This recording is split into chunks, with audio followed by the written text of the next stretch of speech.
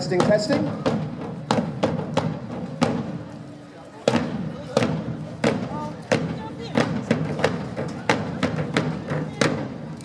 Pen stand. Stand. Assume a lazy posture.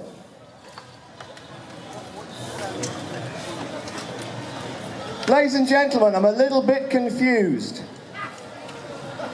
Some people will say I look just like that most of the time, but we've come here to do a display of drill with our officers. We've got here and there are no officers present. So what we're saying is that we've been left to our own devices. Now when that happened last time, 16th of April 1643, a certain Lieutenant Colonel Cromwell, whilst taking Peterborough, fell off his horse, for true, and ended up having to recuperate for several weeks within the precinct, leaving us lot unsupervised. And what happened is we went into the cathedral and we smashed it up. We broke the windows, we burnt the altar rails, we took the medieval library out and made a big bonfire of it. Because as far as we're concerned, as good Puritan men, that is idolatry. So you leave us unsupervised and bad things can happen. Now, Peterborough, you declared yourselves for the king. Did you know that? The leaders, your so-called leaders, decided they were going to support Charles I. As you can see, they're a little bit undisciplined.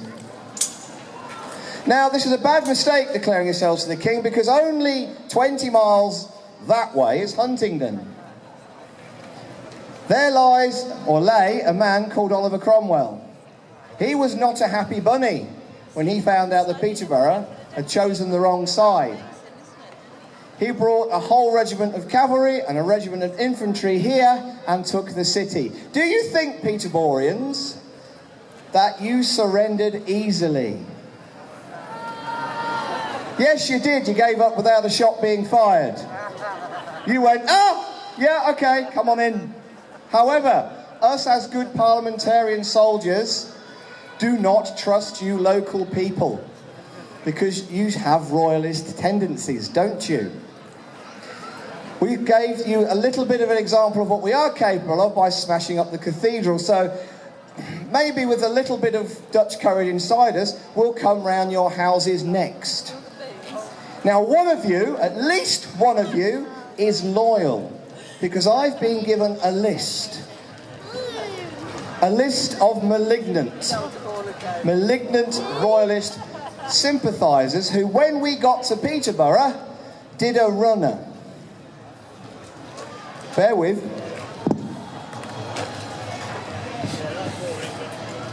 That's not it.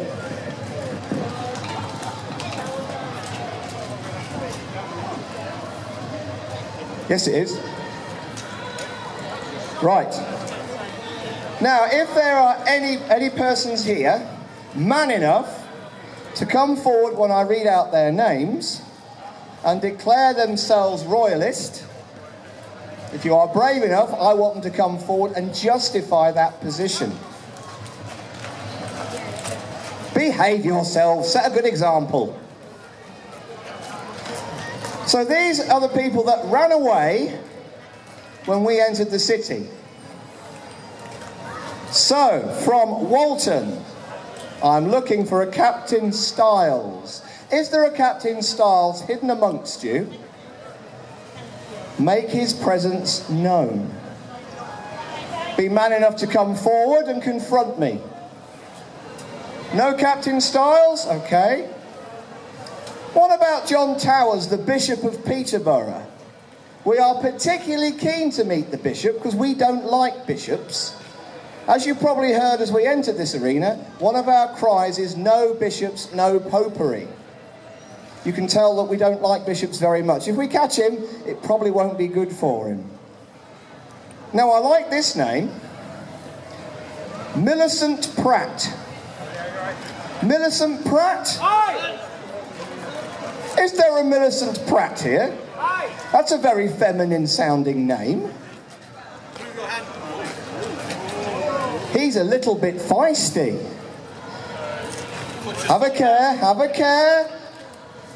Put your sword down and we'll talk, and no harm will come to you. Come here, Millicent. Millicent is a masculine name in the 17th century. He looks a bit camp though, doesn't he? So, Mr. Pratt, you've been brave enough to come forward and confront God's anointed chosen soldiers. Explain to me why you've decided to choose the wrong side. Supporting your king is no crime. You're the traitors turning against God's anointed king. Did not Charles I run this country into the ground within 10 years of dissolving his own parliament and Q? I give it 5 years for you lot. He's a very feisty young man, isn't he? I do... If you have a good look at him, ladies and gentlemen, he does have very long hair. It does question his masculinity. I have an idea. Well, Mr. Pratt, we will bid you no harm if you decide to join our ranks. What do you say? Yes. Now, believe it or not, he was supposed to say no, and then we can beat him up. You've just ruined the script. Do you want to beat him up anyway? Should we beat him up anyway?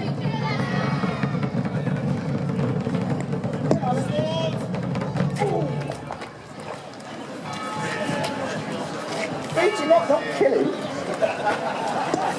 Right. Let that be a lesson to you, young man. Right. Give him his coat and hat. Now you can cheer him because he's one of us. Occasionally he might get paid. Right, Mr. Pratt, find yourself a position amongst the pike. Oh, they're there. Well done. Right, ladies and gentlemen, I suppose what we could do, because some of you might still be undecided, even though we're unsupervised, and sometimes people say untrained, we will go through a little bit of basic drill. We will wow you with our prowess. To such an extent, I dare say, if there are any of you here that have royalist sympathies, you will change sides, won't you? Some are nodding. Right, Pickerings, have a care.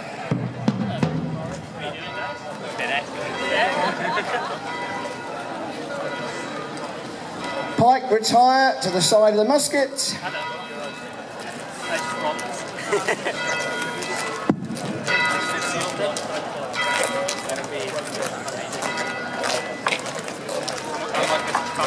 So first, the drummers. You moaned at me because I didn't include you yesterday. Drummers, march on.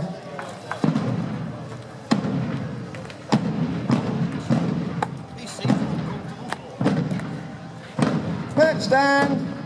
Stand. To your right hand space. March on. Stand. Now everybody can see you. Are you happy? We don't know why, but all our drummers tend to be hot, smoking teenage girls. Generally they wouldn't have been, but that's just the way it rolls in our regiment. Now, children of all ages. Worryingly, there are no radios or mobile phones in the 17th century. 400 years ago, there was little more than the human voice. And the human voice, as you can probably hear, because mine's wearing out, only goes so far. So we use the drums to communicate. And these are top, professional, well-trained drummers. Now, they held the honorary rank of corporal, and they were given this particular job because they were actually literate. They knew their numbers and their letters. So not only did they drum for us, but they spy for us as well. if we come across a large group of royalists, before we go and have a fight, we go and have a talk. Basically, we say, right, you go away. And they say, no, you go away. And we send the drummers forward from both sides to negotiate. So they actually did quite an important job. However, all you're going to do today is drum, all right? I don't trust you to negotiate. No. Now, there are 6 beats of war that we will follow, all right? I'm worried about this bit. That'll be fine. So, you're going to give me drummer's call. We're going to pretend there's a colour in the middle of you. Are you ready, everybody? Because you look really keen. Form on your drummers.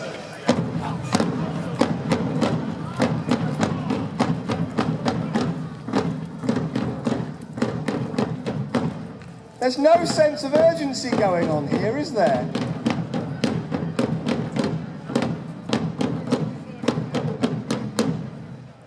So that's basically, please come here, we might need your assistance. Don't you feel protected and safe, drummers? Right. Drummers, give the smoking hot drum corps a bit of a clap, please.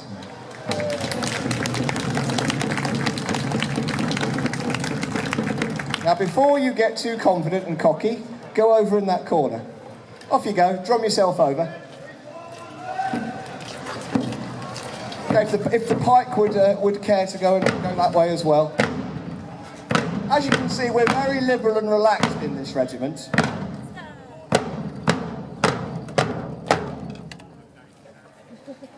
And so to the musket.